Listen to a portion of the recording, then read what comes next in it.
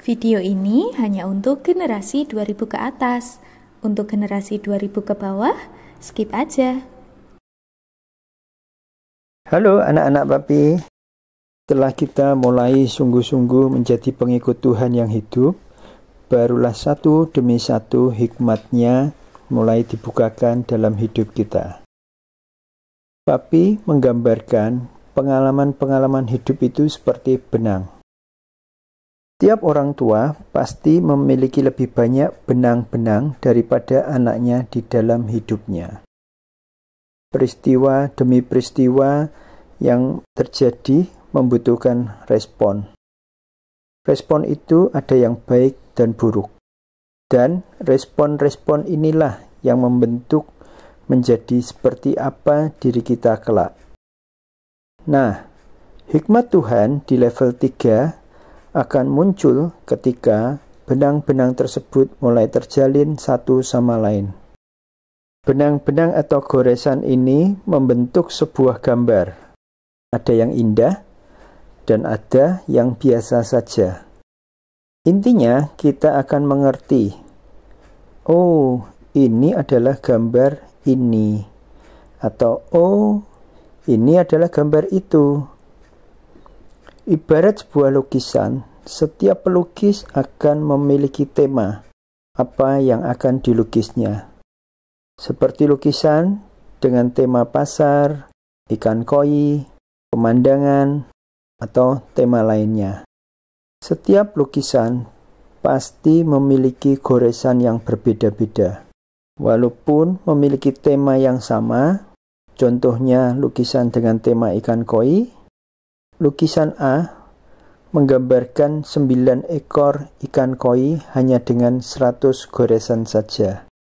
Sedangkan lukisan B juga melukiskan 9 ekor ikan koi tetapi membutuhkan 10.000 goresan. Hikmat Tuhan level 3 adalah ketika ada kejadian dalam hidup atau goresan yang kesekian kalinya.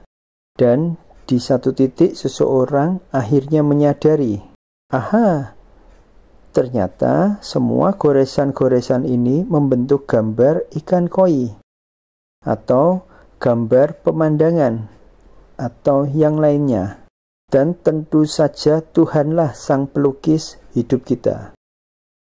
Saat itulah kita baru menyadari bahwa hikmat pengertian Tuhan berikan dalam hidup kita. Dan kita mulai memahami nilai atau value dari setiap peristiwa-peristiwa dalam hidup kita. Dengan hikmat dari Allah yang Maha Tinggi, akhirnya kita bisa menarik nafas lega dan berkata, oh, ternyata masalah yang berat ini adalah cara Tuhan membentuk mensof kita. Jadi anak-anak muda, janganlah mengeluh jika kalian saat ini menghadapi masalah demi masalah. Karena setiap masalah yang ada dalam hidupmu, itulah yang membentukmu menjadi manusia yang dewasa, manusia yang dapat diandalkan. Masalah demi masalah dan respon yang baik itu yang membangun manusia software kalian. Kalian pasti akan sukses jika bisa memberikan respon yang baik terhadap masalah yang datang. Dan untuk itulah Papi terpanggil menjadi mentor buat kalian.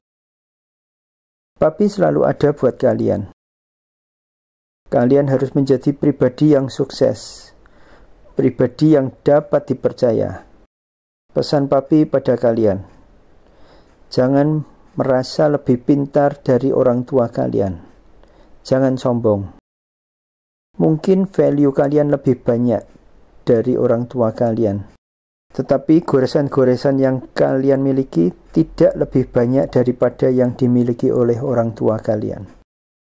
Hidup orang tua kalian bagaikan lukisan yang mahal yang dibuat dengan ribuan kejadian atau goresan yang tidak mudah. Banyak cucuran keringat dan air mata yang menghiasi lukisan hidup beliau.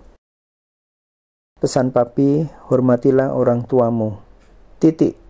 Tidak perlu ada syarat apakah beliau harus kaya, apakah beliau harus baik, apakah beliau bertanggung jawab. Jika beliau belum sukses menurut ukuran dunia, tidak berarti beliau tidak sukses menjadi manusia. Karena keterbatasan beliaulah yang menjadikannya seperti ini. Kalian sebagai anak-anak papi harus ingat, tidak kebetulan kalian dilahirkan di keluargamu. Dan tidak kebetulan juga kalian bisa mengenal Papi Kim. Ada tantangan demi tantangan yang harus kita hadapi bersama. Sekali lagi, hormatilah orang tuamu supaya panjang umurmu di bumi ini. Paham ya nak? Bye-bye sayang.